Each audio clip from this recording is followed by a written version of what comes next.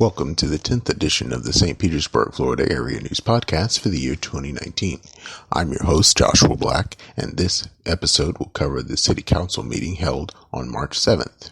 I was not able to attend the meeting in person, but I was able to watch afterwards. The meeting began with the deletion of Agenda Item E4. Councilmember Darden Rice requested that the item be pushed to next week because no one was available to give the update they had requested regarding the recent troubles at Bayfront, the healthcare provider for the city's employees with the city's self-insurance plan. The consent agenda only spent about $450,000 this week. That's shockingly low considering that it was across 3 projects. The next item was the settlement for damage to a piece of private property. City attorneys were able to secure a settlement with the owner for $60,000 after a sanitation vehicle damaged a detached garage beyond repair. The council approved the settlement unanimously. The sidewalk table prohibition ordinance was given its first public reading. The motion to set the public hearing for March 14th was approved unanimously. Next was an ordinance regarding a fence on private property. The code's compliance staff felt that this permission to vacate the property and allow rebuilding of a better fence with landscaping was the best way forward. Council approved a new public hearing date for March 14th. Council also approved the naming ordinance for the Sanitation Administration building. That public hearing will be April 4th. Next matter was a church with property downtown trying to transform its parking lot into an office building with parking. However, the city wants to pay to make public parking available in that building. That's 300 spaces at $28,700 per space. So the cost to the city would be around $8.6 million, which the developer would receive in taxes. This helps the church sell the property. The city would receive 15% of the operating profit in exchange for the one-time purchase, but the taxpayers wouldn't get a rebate on the money spent. Council approved the term sheet unanimously. Item E2, the request for $750,000 for the 23 stops in the bus rapid transit got the expected fireworks. Montanari pointed out that the city had already committed $4 million. Staff said that this funding is in addition to that. Montanari asked about FTA funds. Staff said that those funds are for sidewalks. Montanari asked why the funding request was so urgent. Staff said that PSTA is moving forward with the designs for the stations and that waiting will force retrofitting rather than designed inclusion. Montanari also asked if other cities will be funding art on their side. PSTA said they were planning to include art only in St. Petersburg, not in the adjacent cities that will be included on the route. Montanari then asked if any additional funds would be requested from the city for the bus rapid transit project. Staff assured this was the last request. We'll see if that's the truth.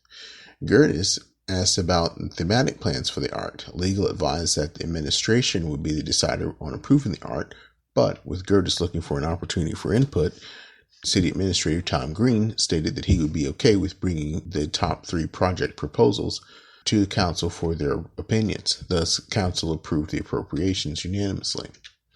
Next was the sewer report. Claude Tankersley presented 2 spending items for approval, one for $954,392 and one for $178,207.55. Both were approved unanimously.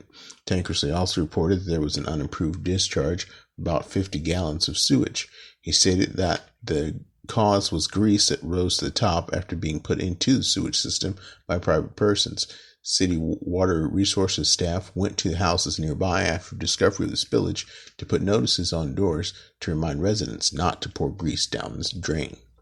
Next item was the item pulled from the consent agenda because it included a waiver of the apprenticeship wage requirement for a city contract over $1 million. The union objected to approval because they said that they could provide the apprentices necessary for compliance. Tom Green said that the $4 million represents an effort to resurface 110 miles every year. Staff said that any delay would push all of the resurfacing project back, but that they would pick it up when or if they need to get a new contract. Foster moved to delay it anyway, and the whole council agreed. They will receive feedback from the proposed contractor to find out if he will commit to complying with the apprenticeship wage requirement, and then that report will be given on the 14th. Then council moved on to new business. Councilmember Gina Driscoll moved to refer an item to BF&T to discuss providing incentives to drive folks to increase the efficiencies of new HVAC units in the city. Gertis wants to open up the code to allow for a new kind of metal material for fence construction, and Cornell wants to have a committee of the whole look at providing Wikiwachi funding for a Maxima project. All three items were passed on to their respective committees unanimously. And committee reports began. Montanary report on the BF&T meeting we covered last week. There was a resolution to amend the purpose statement for the city's investment policy. That motion passed unanimously. Gertis gave the report for the committee of the whole that we covered last week regarding the storefront conservation corridor overlay. Constituents voiced objection to the ways that the city government is trying to implement an idea that they already agree with. They also requested that the council push the date back to April 18th instead of April 4th. Councilmember Brandy Gabbard agreed and made a motion to that effect while separating the zoning portion from the grant program. Staff objected to the delay and to the continued bifurcation of the grant program versus the zoning program. Staff tried to pretend that they are surprised that there are still objections, even though the attorney for the property owners has been making these objections for weeks. Gabbard insisted that contacting business owners is different from contacting the property owners, and that the property owners were not included until too late in the game. Rice pointed out that these particular owners aren't generally connected with the Saint Petersburg Chamber of Commerce, and thus staff would need to work more diligently to get word out to those folks. Council approved the delay until April 18th and set the report date for the grant program, March 14th, based on a motion from Foster, who cited as her reason the fact that the funding for the grant program had already been approved back in October. After dinner, the City Council addressed the rental inspection program.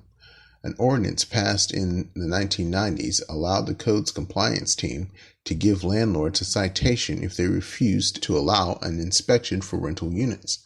The legal team advised that the city of Daytona Beach had been sued for a similar ordinance on the books, and staff advised that they have already adopted a warrant-based inspection program.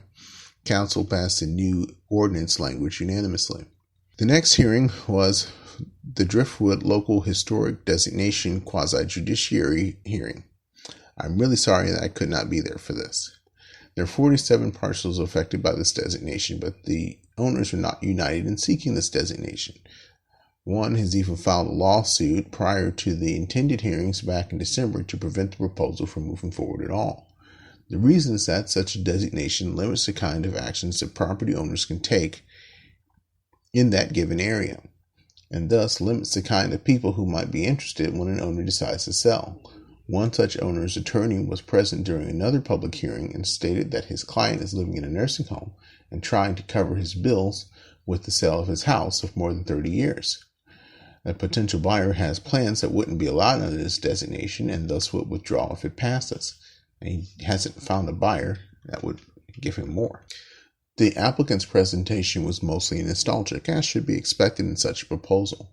Sadly, in a clear show of bias, city staff was used to produce the video presented to council on behalf of the applicants for this hearing.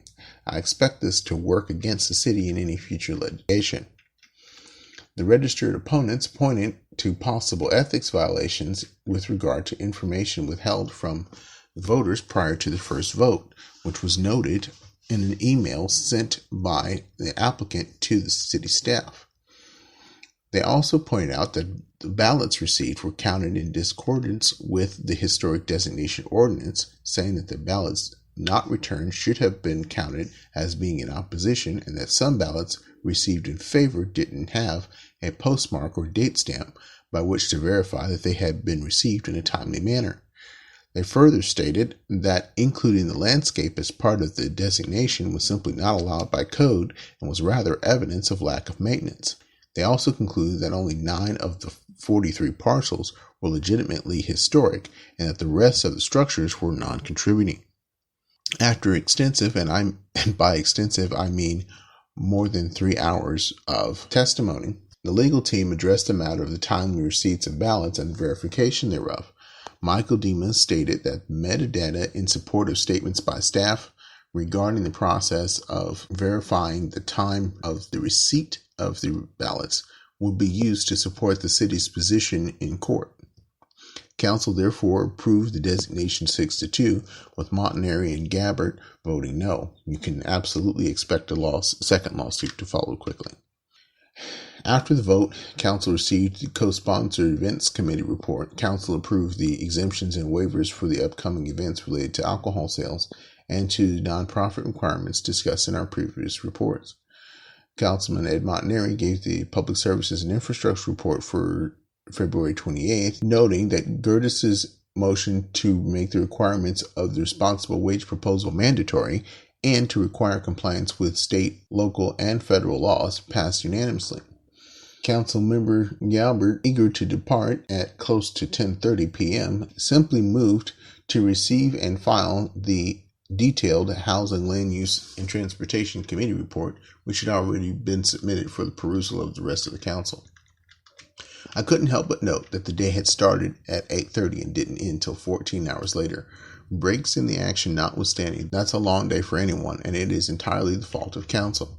By trying to control the shape and scope of development in the city, they have burdened themselves unnecessarily with the cares and concerns of busybodies whose sole purpose is to hinder changes their neighbors desire to make or to force their neighbors to make changes they'd rather not. And practically none of it has to do with actual criminal conduct, which is the only thing that God created government to address. Unfortunately, I expect more of the same for future weeks unless there is a change in the mindset of the people of St. Petersburg. Now, I had not expected to be able to make this report, but I was able to find some time over the weekend to review the record. I cannot promise that I will be able to do so again next week, but I will make every effort. Thanks for listening. This has been St. Petersburg Florida Area News, a production of the Reconstructionist Radio Network.